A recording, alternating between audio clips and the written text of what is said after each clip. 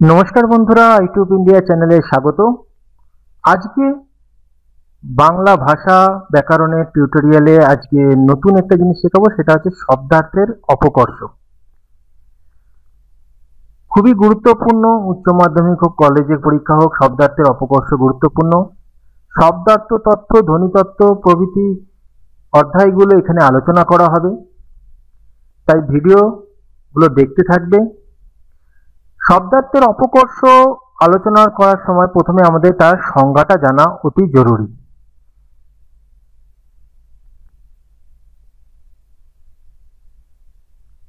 এর সংজ্ঞা হলো, শব্দার্থ পরিবর্তনের ধারা যখন কোনো শব্দ তার ব্যুৎপত্তিগত অর্থে অর্থাৎ আদি অর্থ অপেক্ষা বর্তমানে হীন অর্থে ব্যবহৃত হয়, তখন তাকে শব্দার্থের অপকর্ষ বা অবনতি বলে।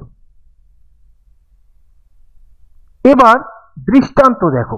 ব্যাপারটা হচ্ছে, আগে একটা মানে ছিল যেটার মানে খুবই ভালো একটা মানে ছিল, এখন সেটা অনেক নিম্ন মানের বা সেই অপেক্ষা হীন অর্থে ব্যবহৃত হচ্ছে। যেমন মহাজন, আগে মহা ব্যক্তি হিসাবে ব্যবহৃত হতো, এখন সুদখোর। রাগ, আগে রাগটা ভালোবাসা অর্থে ব্যবহৃত হতো, এখন ক্রোধ। ইতর, ইতর বলতে অন্য, এখন নীচ অর্থে ব্যবহৃত হয়, নীচ বাজে মানুষ মানে বাজে জিনিস বোঝাতে ব্যবহার করা হয়। ঠাকুর, ঠাকুর বলতে আগে দেবতাদের বোঝানো হতো, এখন যারা রান্না করে অর্থাৎ পাচক ব্রাহ্মণকে ঠাকুর বলা হয়। উজবুক, উজবুক বলতে আগে বোঝানো হতো উজবেক অঞ্চলের অধিবাসীদের, এখন নির্বোধ বোকা এদের উজবুক বলা হয়।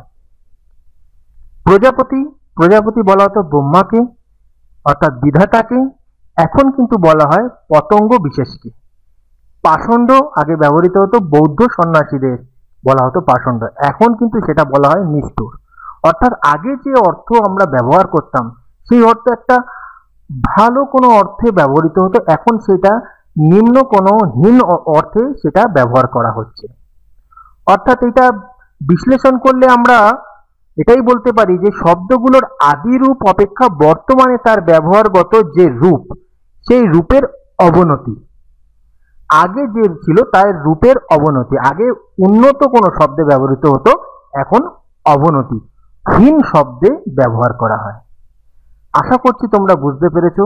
শব্দার্থ তত্ত্ব, ধ্বনিতত্ত্ব প্রতিটা ভিডিও আপলোড করা হবে। চ্যানেল সাবস্ক্রাইব করে রেখো পরবর্তী ভিডিওগুলোর জন্য। এই ভিডিওটা যদি ভালো লাগে তো লাইক, কমেন্ট, শেয়ার করে দিও।